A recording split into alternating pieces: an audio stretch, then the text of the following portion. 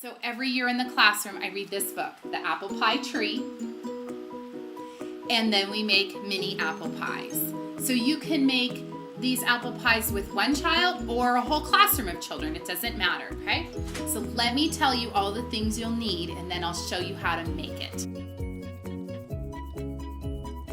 I always buy the Pillsbury Grands. The flaky layers are super cool, and I'll show you why the flaky layers work great for these apple pies.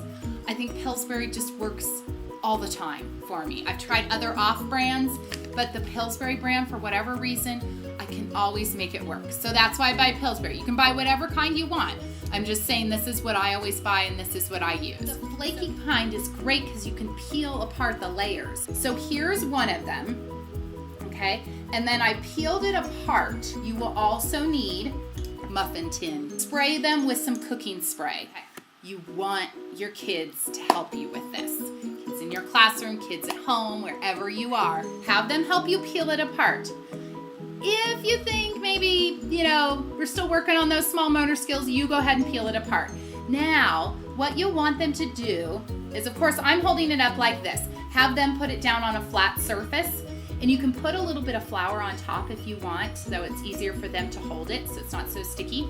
But have them just kind of pinch their fingers like this and make it a little bit bigger. So they're kind of pinching and pulling a little bit.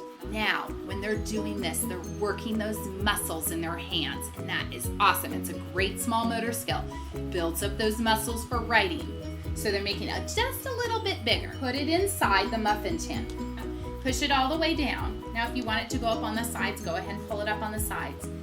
It doesn't matter how they do it. It's still gonna taste great. Even if it doesn't look like what we think it should look like, it's okay. It's all about the process they're going through. It doesn't matter what the final product looks like in the end. It's all pushed down here. And then what we'll need are some apples. So you can buy the canned apples that are in that gooey, yummy, cinnamony flavor. You can buy those. That's yummy and easy. But you could also just buy an apple and you could cut it up. Okay, I've cut up a little bit of some green apple because that's my favorite. I like that tart, yummy taste. But whatever your child or your children like, use that kind of apple because they'll want to get into it more and do it more. I have a cutting board here and I have some apples on it. So is when you cut open that red apple, cut it open this way, look at it inside, and you'll see that star that it makes. That's just fun for children to see that. Don't just try and rush through it to get it done and get it in the oven. Talk about it. Cut up these apples, see how they smell. Are they drippy? What is it? What do you think it tastes like? Is it sweet? Is it sour? Then go ahead and cut your apples. Now, like I said, I cut this one in half, and then I'm just gonna peel the skin off of it.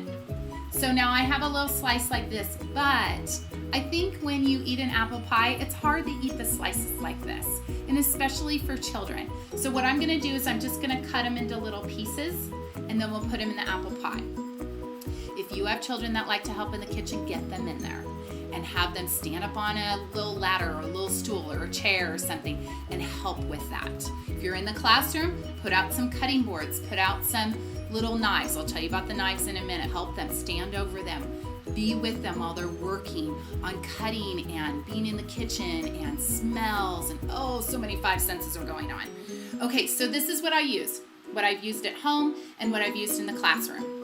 You know those pumpkin carving knives you can find in the grocery stores or at Target or at Walmart, any of those places? Those work great. Of course, they're still knives, so they can cut your child.